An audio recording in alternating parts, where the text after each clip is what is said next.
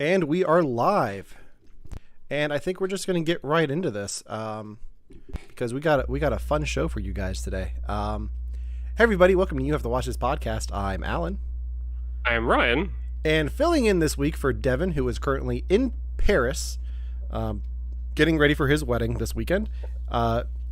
Josh from Victims and Villians, Captain Nostalgia himself. What's going on, gentlemen? Today we're going to talk about Venom, Let There Be Carnage. I almost just said Venom 2. The Venom sequel. We're going to talk about that today. We're going to keep it spoiler free for the first chunk of the episode. And then we're going to give a very clear spoiler warning for anyone watching. But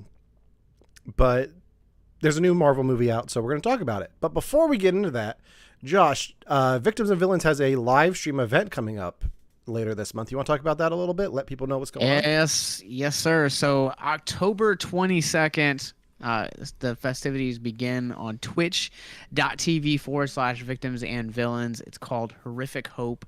And basically, this is a 48-hour stream pledge drive, which we are doing to get mental health resources into after-school programs, Comic-Cons, horror cons, film festivals, churches, and much more, because we want to break down the stigma of mental health, and we can't do it alone. So we want you guys to let you guys know that you're not alone and that mental health resources are readily available for you. But B, we also want you to partner with us and help us get those mental health resources further and wider than we have in previous years. And this one's really cool because it's going to be a collection of podcasters. Like You Have to Watch This podcast, Nerf Herders Assemble, Boobies and Newbies, Horror Movie Nights, Victims and Villains, Abyss Gazing. I mean, we just have a cornucopia of podcasts that are coming together for this. We also have just a plethora of gamers that are coming along with this, and for the first time ever, we're also partnering up with filmmakers to do short film blocks.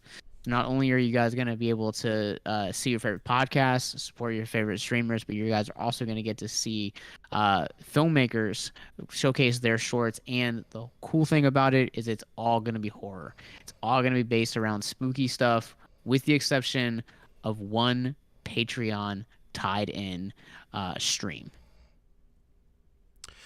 Very cool. And like Josh said, we will be part of the podcast. Or part of the event. I think we're going to be doing our Halloween triple feature where we go through every holiday or so. We like to go through and pick a holiday themed episode of a TV show that we like, that we think the other guys need to watch. And I think we're going to do our Halloween one for the live stream. And I think we have some good shows picked out this time. But beyond that, I'm actually going to be joining Josh for some of the Victims and Villains stuff. We'll be down our favorite Treehouse of Horror episodes. Are we do? No, we'll have to talk about this because I suggested segments. Do you want to do episodes though? Oh yeah, segments. Sorry, my bad. Yeah, it's okay. No, you're right. Yeah, so we'll be doing our favorite Treehouse of Horror segments, and then some other stuff as well. But I'll also be gaming this time as well. So I got a very cool thing set up for this that I'm excited to test out. Then I'm probably not going to get a chance to do it before then, but it's going to be a lot of fun. So make sure to check us out there. I think I have the command here, but Ryan, do you have anything to say?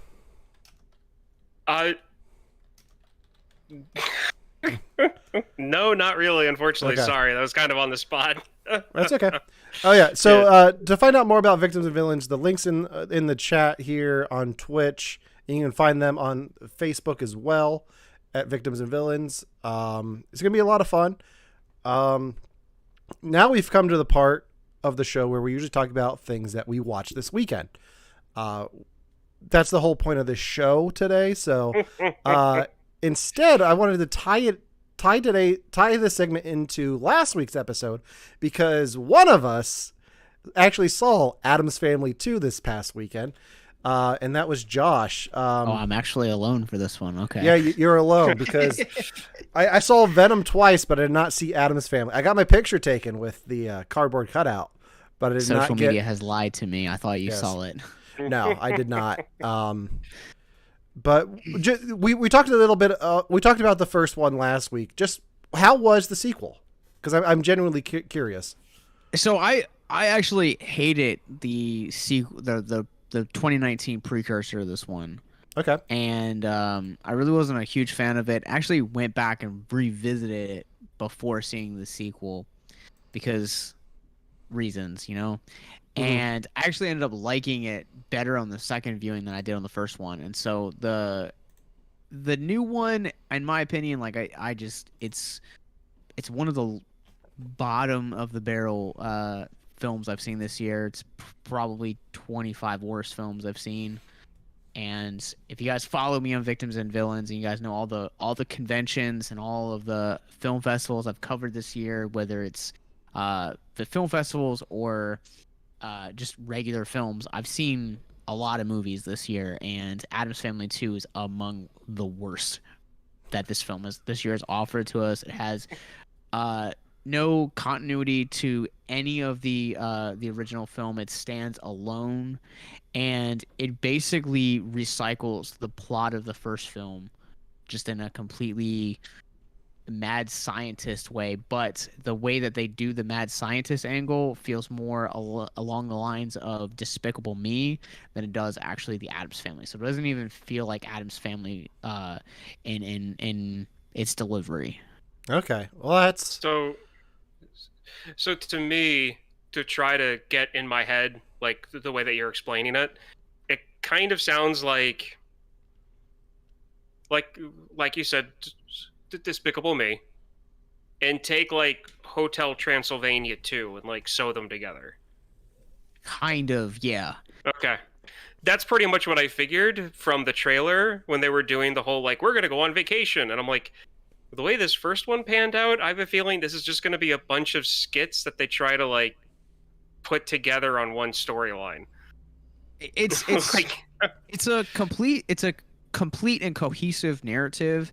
Yeah. My main issues with it is that it just lacks the continuity, and the jokes just don't land. Like there's several times where this jokes, like it is painful and uncomfortable to kind of see it. And I saw this in a theater with families, and the families didn't even laugh. And the last time that happened, it was Tom and Jerry earlier this year, and that again is also one of the worst films that this year has delivered to us.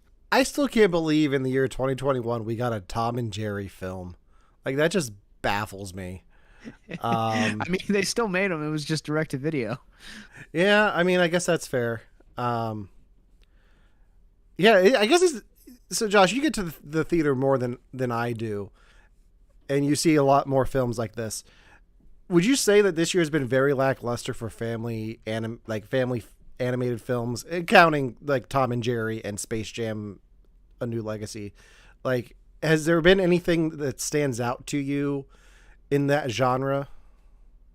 Honestly, I always tell people to give New Legacy a chance, just because it doesn't feel like it's not a 2021 film. If you judge it by today's standards, you're gonna hate it. When you look at something like Venom feels like a 2005, 2006 comic book movie. It doesn't feel like a 2018 movie, and Space Jam feels that same way. It doesn't feel like a 2021. It feels like a 2001, 2002 like movie that you would be released with, like Looney Tunes Back in Action, like Mike, a lot of that era of comedy. And that's kind of the way that I looked at it, and I had a blast with it. But as far as like entertainment goes this year, like I haven't seen a lot of like the entertainment, but a lot of the ones that I have seen, I will say agree and say that to me they are really lackluster. Okay. I mean, and there's still a lot to come out yet this year, too. So yeah, we're trying to play catch up from last year, so what happens. I'm sure the kids all out there will all love Dune. So, all right. So I think that does it for the opening segment of the show. Let's get right into today's main topic: Venom, Let There Be Carnage. Real quick before we get into this film, I want to establish we are going to keep this spoiler free for anyone out there who has not seen Venom, Let There Be Carnage. There is a major spoiler that we will be addressing later on in the show. But we're going to keep it spoiler free for a bit. And before we get going, we never actually talked about Venom on the show, the first one. We've made jokes about it, but we've never actually talked about our thoughts about it. I saw Venom, the first Venom, opening weekend. Same. And I saw it with a group of friends. It was a weekend where Ryan and I did the 72-hour film fest in Frederick, Maryland, and I went to see it with the rest of the crew. Ryan had to work the next day, so he couldn't go. But I laughed at parts, but I just thought the first one was very uneven, had a lot of pacing issues, and it took forever to get to Venom, and it just wasn't great. What were your guys' impressions of the first Venom?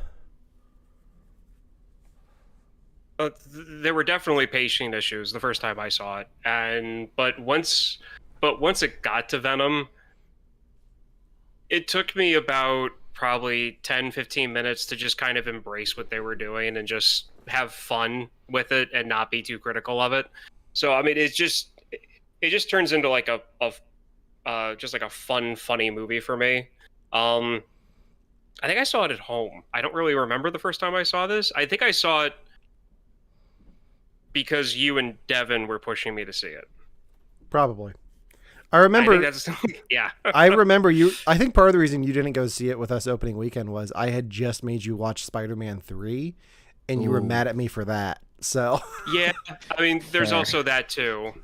There was definitely that. But yeah, I mean, by the time I eventually saw it, and it just don't expect much from it. Just embrace what they're doing with Venom, and it's fine. It's nothing special, but it's fine. Josh, how about you? What were your impressions of the first Venom? So much like yourself, good sir. I saw this opening night. I was there, and I kind of had like real lackluster feelings for it. Like I was like, it wasn't great, but it wasn't good. Like it's kind of like very like middle of the road. Like a lot of the comic book movies we grew up on, you know, like there were some like great gems in there, and then there were like some like real stinkers where we won't talk about Rise of the Silver Surfer. But this movie in particular, like I rewatched it in prep for Carnage, and I showed my wife it because she was like she wanted to sit down and watch it with me. So like having very low expectations on a second viewing because I had those like preconceived notions in my head, and being 3 years separated from this movie, the second time, like Ryan was saying, like it's just if you don't look at it as like, you know, everything else that Marvel's doing, because it's not Marvel, it's Sony Marvel, it's an absolute blast. This film, I think, is just kind of, you don't look at it critically, like it's just a fun time. And I do kind of wish that they would get to Venom a little bit quicker, because it seems like the front half of the movie has a lot of like development that they're going through, and then once Venom is kind of introduced, it's like, all right, now we're going to get to the credits as quick as possible. Okay. And Yeah. And that's where like the problem with the first one is that they do a lot of build up, and then Venom gets introduced, and it's like, why did you guys do the build up? You didn't need to. If this is who the Venom character is going to be, I didn't need to be this emotionally drawn into who Eddie is. And I was Alan and I went to go see the second one together, and I remember telling Alan kind of the way that I view the whole Venom, these two movies. It's the way you take the Evil Dead movies. You can either watch the Evil Dead movies and expect to see a, really good horror and be scared, like out of your wits. But then when you watch it and you see the acting in it, for a lot of people, it's kind of like, this is kind of silly. So you kind of have to give Venom that leeway that that, you know, a lot of people give the Evil Dead movies. It's kind of like, yeah, it's in that genre, but it's more of just a silly film in that genre. So Yeah. Okay. All that. There's a reason I brought all of that up. Because for me, I feel like a lot of the issues that I had with the first Venom were addressed head on for the sequel and completely fixed. Almost too well. Where the first one suffers from pacing issues and is super slow, this one is super fast. Mm-hmm. It's only 90 minutes long. But I think I think the film benefits from this new pace. What did you guys think? Yeah, I 100% agree. I think that this film needed to be quicker, and I recently we Victims and Villains did an outreach event, and the Snyder Cut got brought up. You know, Justice League versus the Justice League versus Snyder Cut, and it's like, well, the Justice League sucked, and you shouldn't need 4 hours to tell a singular story. But, you know, I think that everyone looks at like something like Zack Snyder's comic books movies and thinks, oh, these films have to hit a certain amount of length and have to have a certain amount of character depth and artistry. That's what makes Zack Snyder Zack Snyder. And then you look at the MCU films, and MCUs you're expecting anywhere between 2 to 2.5 hours, and you have certain expectations. And I feel like for the Venom sequel, like there was so much hate coming against it because you had so much backlash against the first one that you needed to make the story tighter. And I really feel like they made the story tighter for the most part. There are some issues that I had with some of where the narrative goes, but I think overall they use their time really well. And I think that bringing in a veteran like Andy Serkis to direct this was the best decision that this film could have made. Gollum himself. Ryan, how about you? I definitely enjoyed the pacing a lot better. It fit the way that I wanted to enjoy the movie and what I was expecting out of it.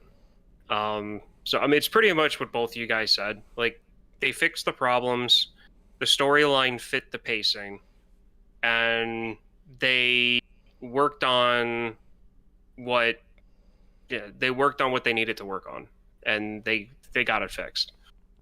I 100% expect there to be an extended director's cut to this movie. I feel like part of the reason we have such a short, I think part of the reason we have such a short runtime is because of COVID. I feel like they wanted to get this out as soon as possible so Sony could have something out this year.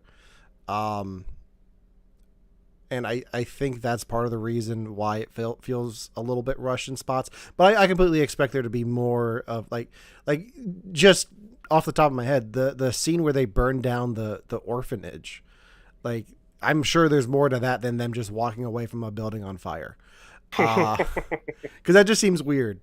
One thing I do want to say before we get too far into this, and I forget again, Ryan mentioned that him and I saw this together. I saw it Friday night, and then we went yesterday afternoon to see it. And Ryan got the tickets, and I was like, "What does SX mean?" We saw this. I had no idea. Yeah, we saw this in Screen X. Josh, have you ever seen a movie in Screen X? Did you see this at AMC? We saw this at a Regal. Screen X. No, what does that mean? So, it projects on the walls beside the screen for parts of the film. So, yeah, it's awesome. It was very cool. So like the opening scene with Shriek being taken away, and then like all of the fight scenes, like the projectors would just shoot onto the walls, like an extension of what you see on the screen. And it was really cool, and I kind of want to go see another movie in this. So it's like a full 270 degrees of screen, which is amazing. It sounds like a near IMAX experience without actually paying for the price of IMAX. Yeah, pretty much. Yeah. The one thing So- that was funny. Gnarly. The Yeah. one thing that was funny though is because they're projecting on the wall, they're projecting where the emergency exit sign is. So you know, like you'll look over and all the action, and there you just see like a floating exit sign in the picture. It's like, oh, hang on a second, that exit sign's actually on the wall. That's not part of the movie. I'm kind of glad that I got to see it in Screen X the second time, because I was able to like in those scenes where it did project on the walls, I was able to just look at the walls and like try like use like the video production aspect of my mind and be like, okay, so how did they do this? Like, did they just really shoot this, or is it computer generated? Like, what did they do? And it was a really cool experience. Josh, next time you're in town, we might have to go to Hagerstown so I can show you that. Yo, I'm down for it. I got the Regal Unlimited pass too, so Nice. I'm game 100% for that. All right. Okay, so one of the things this film deals with a lot from the first film is the Eddie and Venom relationship. For me, I enjoyed every moment that those two were on screen together, and that their dynamic is exactly what I wanted from this movie. What did you guys think? Okay, so I guess I'll go first. That's why I wanted. I mean, my favorite part of the first one is the Eddie Venom dynamic, and that's what the bickering back and forth, the troubled relationship that they have is what I wanted to see more of, and it's what I got.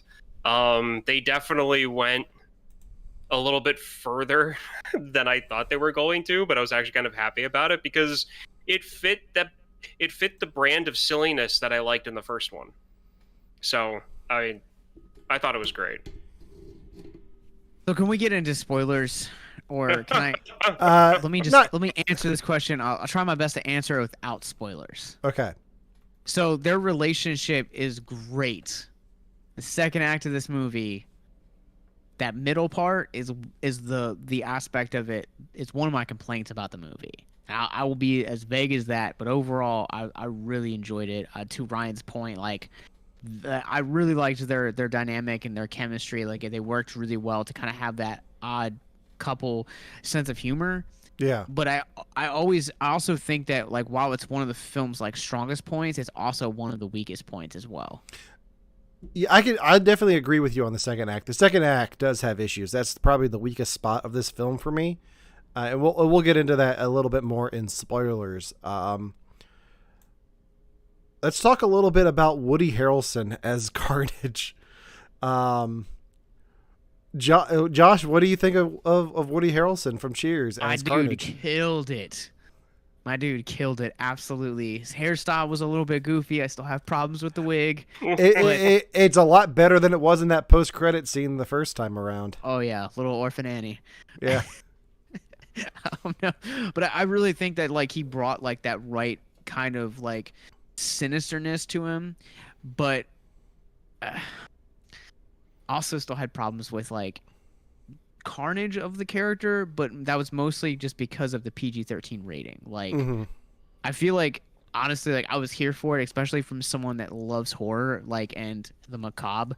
Like his like prison breakout scene is among probably my favorite parts in this entire movie. And I felt so cheated because I'm watching all this brutality and there's no blood here. Like it felt very much like I watched the opening to the Suicide Squad just on like a PG rated. Yeah. And I'm like, where's all the blood and guts that is like supposed to be like happening here? Like people are getting broken in half and they're just walking it off. Yeah. Ryan, how about you? I like this performance for it. I'm not like I definitely like Harrelson. I'm not as big of a fan as I think you guys are of him. I definitely think the role could have been played by someone else, but it was good. It was fine. It was good. It was one of those things where I feel like they could have gotten a handful of other actors to maybe play a serial killer just a little bit better. But for what they were going for in this film, he was good. Yeah, I think the tone of the film is Harrelson, because Harrelson is an actor that I don't think we've ever seen be real too dark, but he's also kind of has that comedic edge at the same time. And for the tone of this film, that's kind of like this, like, basically almost like a throwback 90s action comedy. Like, Harrelson was the perfect choice to play Carnage. Yeah, the only part that really took me out of it for his performance was the very opening of the film. It opens with a flashback to 1996, and they have a different actor Same. playing Woody Harrelson, and I'm like, Woody Harrelson looked old like in '96, like that was when Kingpin came out. Yeah. So it's not like Woody Harrelson looked like. I think they were trying to establish him being closer in age to Eddie, but it just didn't work for me because I know who Woody Harrelson is because of Cheers and like everything that Woody Harrelson has done. I know that he's significantly older than Tom Hardy, and that fell flat for me completely. But beyond that, yeah, I agree with both of you. I think the Carnage stuff was good, but there could have been more as far as violence goes for that character. But I think he really did a great job, and just from seeing him in that post credit scene of the first one, I was like, I want this to be the movie. Like, give me him as Carnage. Like, that should have been the first movie. I'm glad we finally got it and got to see it here. Yeah. Do we want to talk about Shriek a little bit before we get into spoilers? Did you guys like her inclusion in this film, or? I had no idea who she was from prior to it, so I was like, okay, this is probably someone that I don't know of. This is probably like that's. I mean, she was good. I liked the character, but I had no idea that somebody like her was around. I liked the idea of what she was, but to me, honestly, she felt powerful enough to kind of like have her in that opening prologue scene, and we kind of see maybe like flashbacks, but we don't meet her until like the third film. Mm-hmm. Because to me, like, she just kind of seems very shoehorned in. Like, you have 90 minutes and such a tight narrative, let there only be one villain. And her two, I think the actress that played her did a great job, but I just feel like she made the film a little bit too busy. I think her main purpose of the film, and slight spoilers here, is to give something for Cletus and Carnage to be at odds with. Because Cletus loves her, but Carnage absolutely hates her powers because they're sound based. And I think that her main purpose in this is to set up, like, to extrapolate that conflict between the two of them. And I think it does a good job of doing that. But, I mean, she doesn't really have any lines for the first two acts of the film. Like, until he breaks her out, you don't really get to hear her say anything. Like, she is just there, and it does seem a little bit wasteful. Yeah, like, I want it so much more, because a character like that is sound based, and the first film did such a good job at really telling about how, like, fire and sound of a certain frequency ruins symbiotes. Like, it's basically like their kryptonite, and we see that in here done extremely well. And I don't know. Like, to me, like, Shriek could have been a big bad all by herself, and she just feels wasted here. Yeah. Okay. Anything else we want to touch on before we get into spoilers for the film? I never looked at her character that way, and now that you guys are talking about it, I see what you're talking about.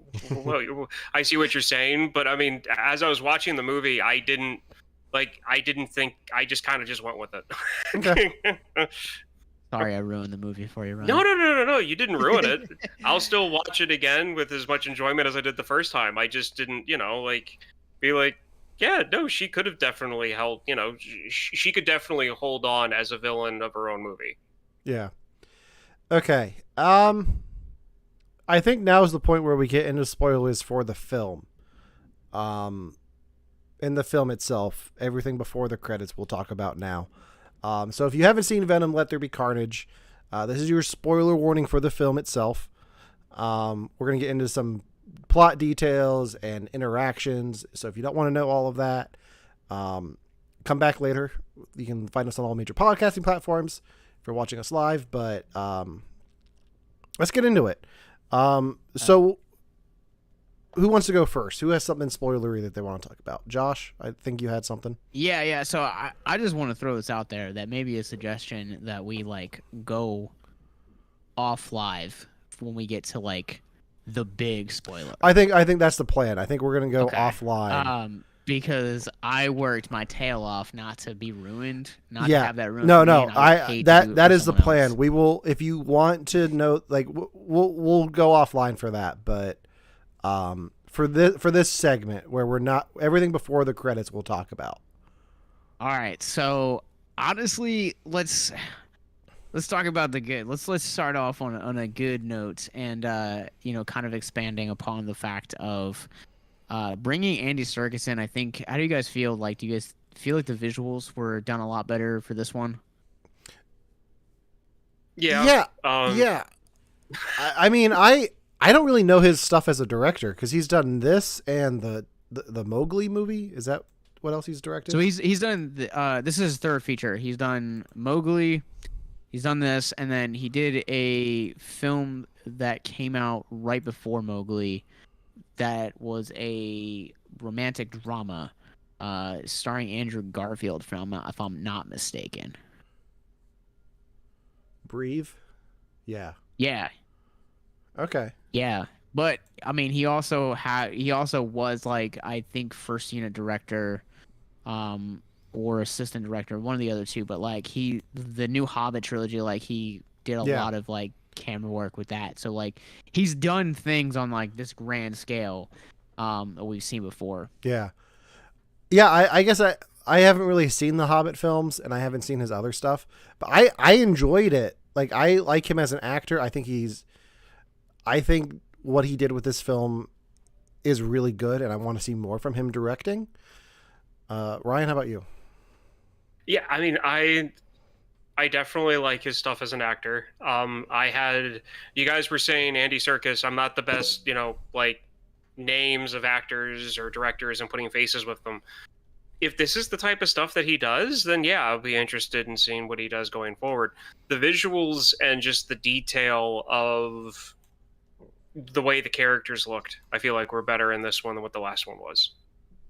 Yeah, there's definitely a lot more crisper, especially, and I think that you needed that for some of the scenes in particular where they're in the church and Carnage and Cletus are kind of going at it, and just the visual style of how his head pops out of the symbiote. I think that you needed someone who understood the medium of visual effects, and also the fact that you can convey emotions visually too.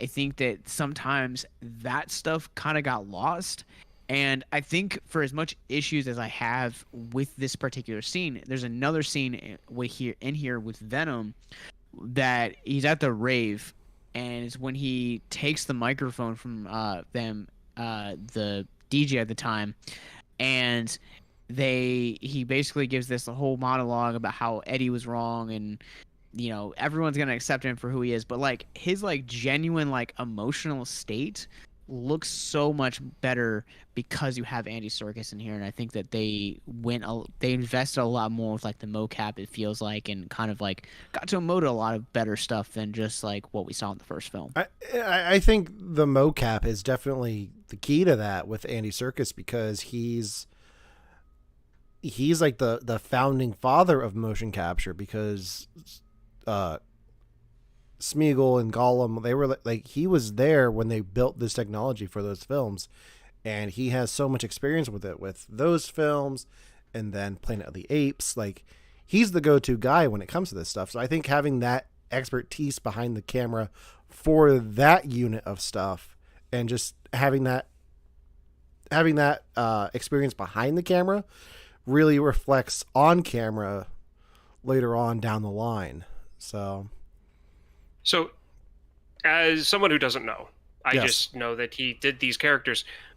He just wasn't acting in the ping pong balls. Like, he was part of like the development of all of that too. Yeah. So the way they do it with him is they have cameras on his face and they do the tracking of the face. Yeah. He was there for the creation of that system. The camera system, the post-production process to do that. Without that, you don't get things like James Cameron's Avatar or I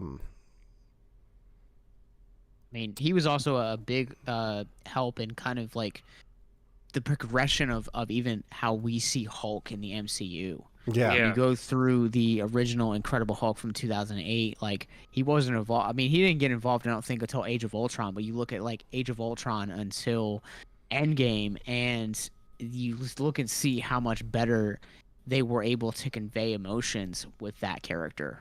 Okay, so he was working on the development. It just wasn't the fact that like they were getting him to put the gear on and act out, and then they were developing the tech. Like, he was also in the room developing the tech with it. Yes. Like, he was part of that development. Okay. See, that part I didn't know. I just thought that he just was an actor that, you know, would be that, you know, that people knew that he'd be fine with strapping stuff on his face. Yeah, he worked a lot. I had to look it up to make sure I got the name right. But he worked a lot It's with okay. Weta's digital Weta. studios, Okay. studios in New Zealand, and he helped that. Like, he might not have been the engineer behind the scenes, but he was the one yeah. in the gear helping them figure out these systems. So Okay. he's kind of like the Orson Welles of motion capture, I think is Okay. a good way of putting it. Which, by the way, when you go to New York Comic Con this upcoming weekend, please go check out Weta. Like, they have like an entire like half a floor is dedicated to there. It's amazing. I'll have to do that. So is there any scene in particular that stood out to you guys that you want to talk about? I think we mentioned the rave scene. Ryan, you had some questions about that. We talked about it a little bit in the car. Yeah, so I'll just kind of summarize everything. So I get what Venom was saying. He's talking about Eddie and talking about, you know, like how Venom felt that he was, you know, not being treated right, and how he needed to just embrace, you know, who he was and everything. But for some reason, my mind, because they were showing the crowd, my mind went to being someone in that crowd with no context to what Venom was talking about, and kind of in my mind going, wow, I think I'd be kind of awkward if some guy just got up at a party and started talking about how he was proud to be an alien. Because my mind automatically doesn't go to outer space alien. And so that's where it was like, that scene was kind of like, that would come off a little odd, but I get what he was saying. And I get, you know, again, with the context of the film, where Venom was coming from. It was just, I was thinking, for some reason, I put myself in that crowd with no context as to what he was really talking about, and going, wow, some guy's standing up making a political speech at a rave. That's cool. Okay, cheer. Get him off the stage. I want to dance. Like, get him off the stage. No, I was right there with you, Ryan. Like, Okay, for me, good. like, I was just like, there's no context for these people. Like, yes, like, they're probably like so high on LSD right now that they probably are like, it's making like some kind of sense in their head. Yeah. Or, you know, maybe it's like some kind of propaganda that they're like agreeing with. But like, yeah, like, I was just like, there's no context for this. Like, they don't know who Eddie is. Like, what is going on right now? For me, I read the whole scene. Like, I read that scene a little bit differently. Yeah, it's all weird and stuff, but part of me is like, does Venom think that they're all aliens too? Because it kind of reads like that too. Like, we are all aliens, and like, I don't know if he just thinks knows they're people in costumes, or if he thinks they're actual aliens just hiding underground. That's a fair point. Which either way, like, it just makes that scene like even more awkward and hysterical. Yeah. So it works either way, any way you look at it. Yeah. I think that scene works really well. And that's where that humor is supposed to be in that scene anyway. Yeah. It's supposed to be that kind of like awkward, like, is he going to be shooed out of there? Are they going to start yelling at him? Are they going to agree with him? So it was one of those kind of like uncomfortable humor scenes. Yeah. So that's definitely what they were going for. It was just I wasn't expecting it. Yeah, that's definitely the highlight of the second act, because once you get Eddie and Venom separated, the film kind of comes to a crawl for me. Like, it doesn't really. Go ahead. You have thoughts? You finish your thought. No, that was my thought. Like that's where the second act has issues for me. Once you split them up, it slows down. I don't understand why they get split up in this, and in all honesty, because this, like we said, like this is such a short film. It's so fast paced. Like, I understand that like there is like development that could have happened here, but that development could have been how the first one ended, and then they reunite in the second one. Like, to me, I feel like that would have served the exact same purpose, but you could have taken that screen time and devoted it like to other character development. I like the idea that Venom wants to be out and about, like saving the day, and Eddie's hesitant because he understands the world a lot better than Venom does and doesn't want to have to be chased by the FBI every second. So I get that tear down of the relationship and like why you have to have them at odds. But yeah, it just feels unnecessary, and I guess it gives you a chance to have Venom take over some other people, which I didn't really need until you got to what's her name? The shop owner? Yeah, Mrs. Chen. Yeah. Like that was another highlight of the second act for me. Like, I love that scene so much. What I love, the things I like about the separation. I like that even though Venom was separated, like there was no real growth for Venom in that entire thing.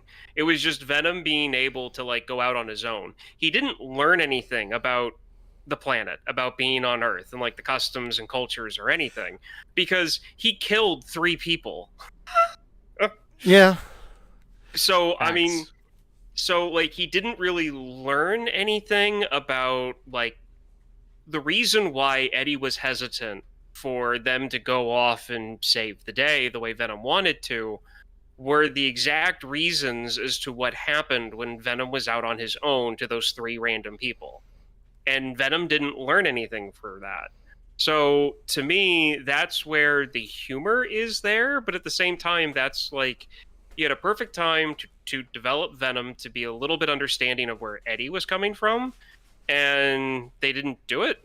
And it all rested on Eddie apologizing without Venom learning anything. Yeah. Go ahead. Sorry. No, I was gonna say I think they just did that to get like. I don't think Venom understands like how dire the situation is at the end, but Eddie and Anne and Dr. Dan do. So like that's why he is like, I'm sorry, but we need to go take care of this. Like it's just kind of like I'm not really sorry, but I'm gonna say I'm sorry so we can just go fight the bad guy. Well, yeah, I mean that part was funny, but it was just the fact that like Venom was out on his own. He didn't learn anything. And where there was the potential for character growth was swept aside, and Venom was still looking for an apology. Where Venom, like,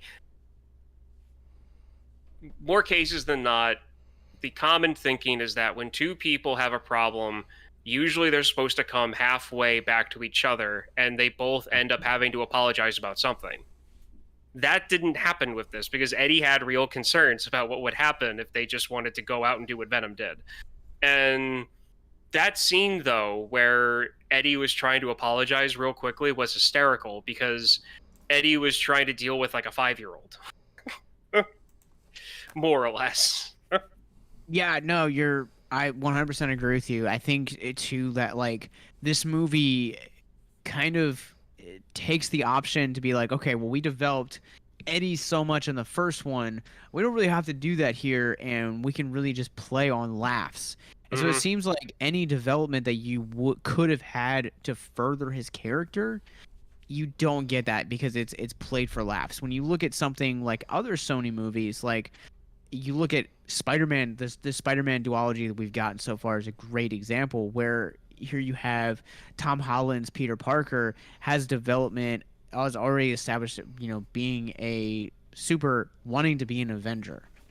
And that's like his whole drive for the first film. And then the second film, he's reeling from the events of Endgame and grieving the loss of Tony Stark while also having to, navigate around teenage normalcy. But each story progresses and pushes his character development further. And that's not the case with the Venom duology, where the Venom Eddie is really, really refined in the first film, and nothing seems to be refined about them in the second film. Now, granted, there is mild development because, they do start off in one place and end in a completely separate place, but so much of that development is just real sloppy, and it seems like they focus so much on the humor rather than the actual like refining of these characters.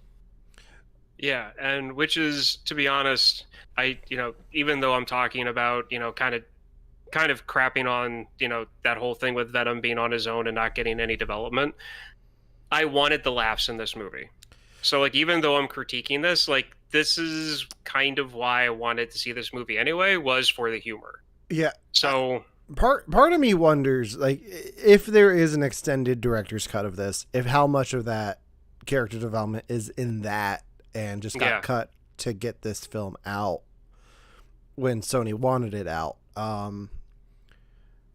Because I also think that the extended cut, if it exists, is going to be an R-rated film and is going to give you your blood and guts there, Josh.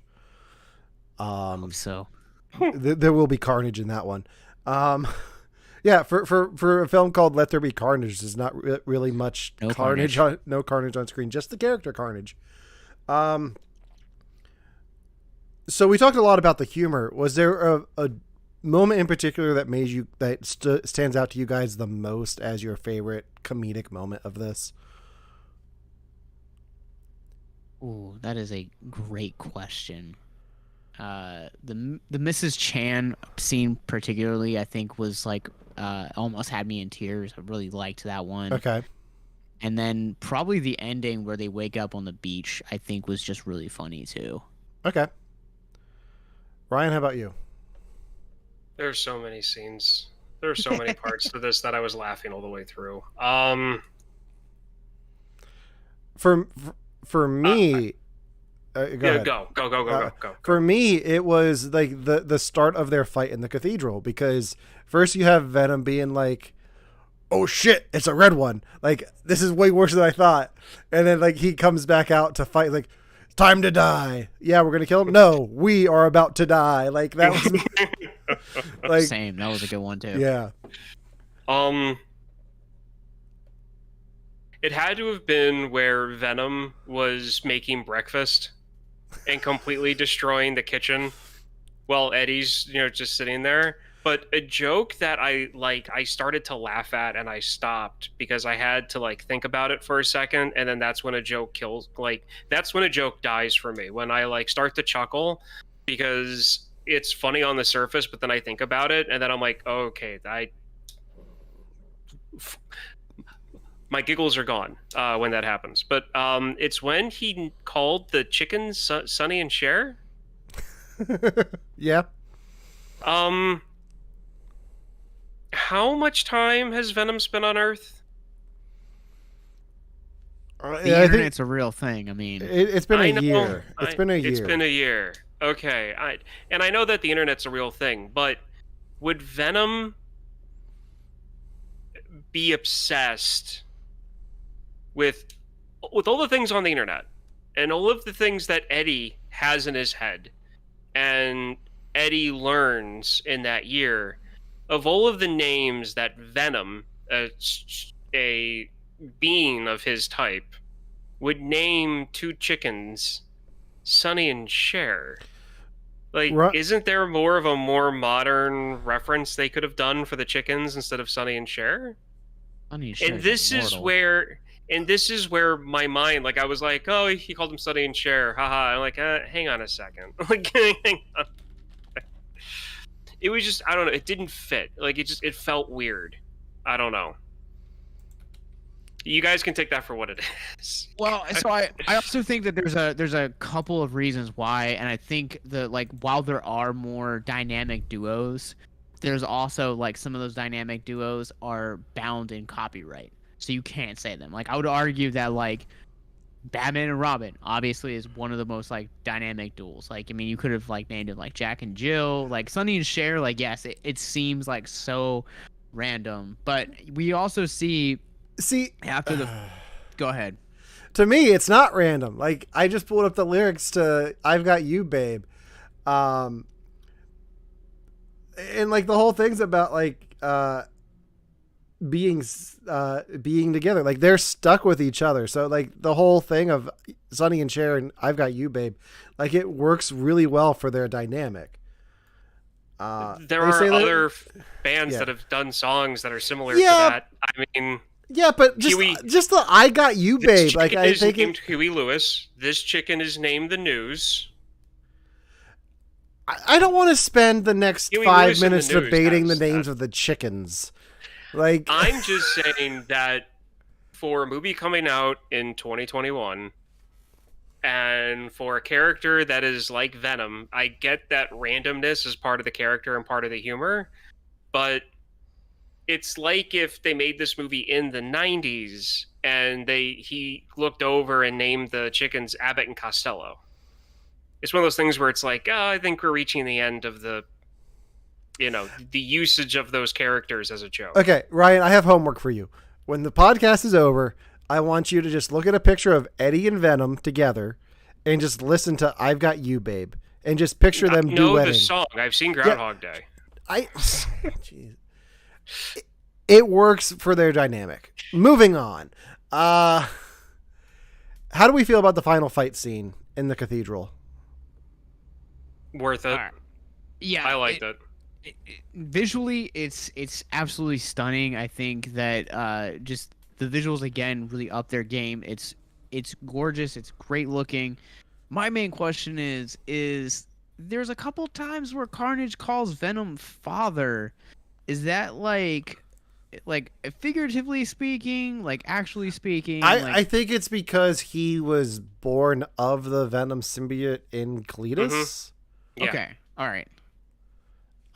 Which makes more sense. Which was a really good way of them to have Carnage be created, because I wasn't sure if there was like going to be a meteor that crashed into the prison or what was going on. Go ahead. I talked to Kristen about this Okay. when I got home, and she asked me something. So the reason why I'd seen this twice is because Kristen wanted to see it, and she finds it humorous. She likes it.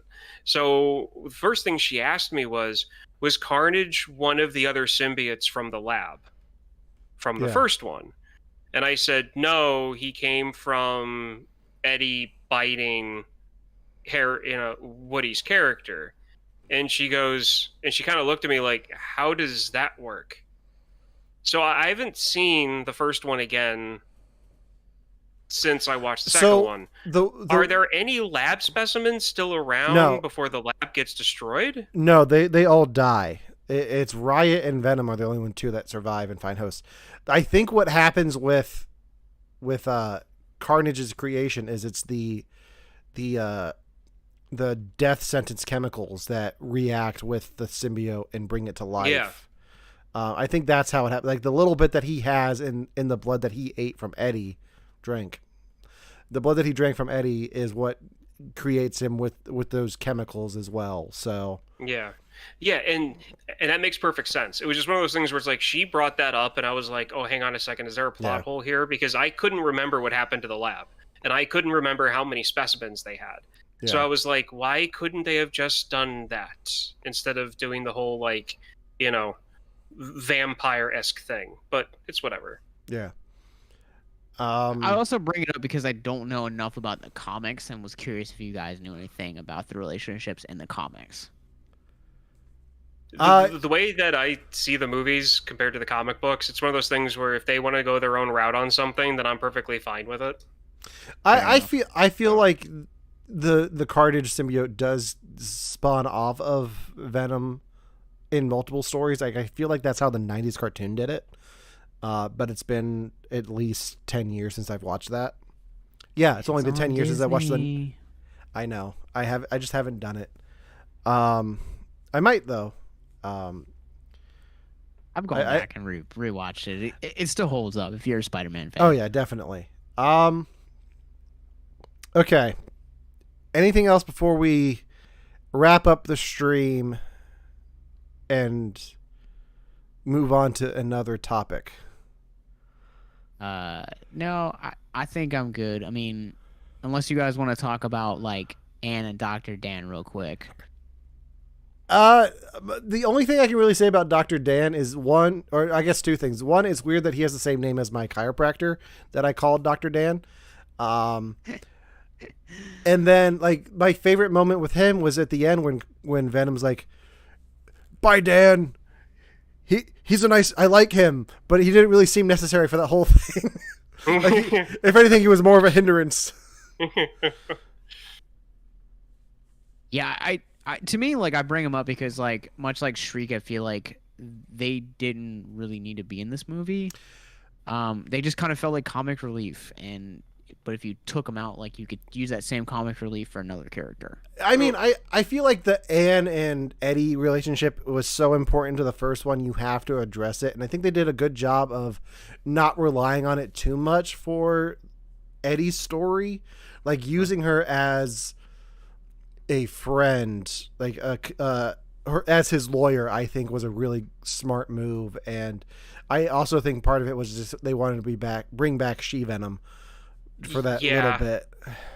I was very happy to see that personally. I would have liked to see her do more. I like the whole tandem Venom, thing working with two different people, but I mean, I really like the humor that they brought into it.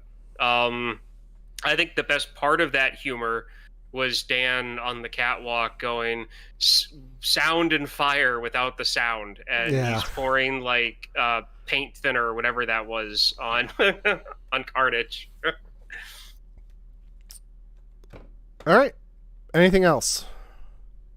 Let's get into this. This game changer. Okay, so real quick before we wrap this up, we are going to get into spoilers for the post-credit scene of Venom: Let There Be Carnage. So we will not be streaming this. If you want to see this, head over to our YouTube page. I will have this posted on Wednesday as soon as I can, so make sure that you guys can hear our thoughts on the Venom post-credit scene. It'll have its own video. I will share the link here on Facebook, and if you're on Twitch, just head over to our YouTube page, hit that subscribe button, and you'll be the first to see our reaction to the Venom: Let There Be Carnage post-credit scene. So with that, I'm going to wrap up the stream here and see you guys later on our YouTube channel. And if you're listening to the podcast, you don't have to do anything. We're just going to leave this in the podcast. So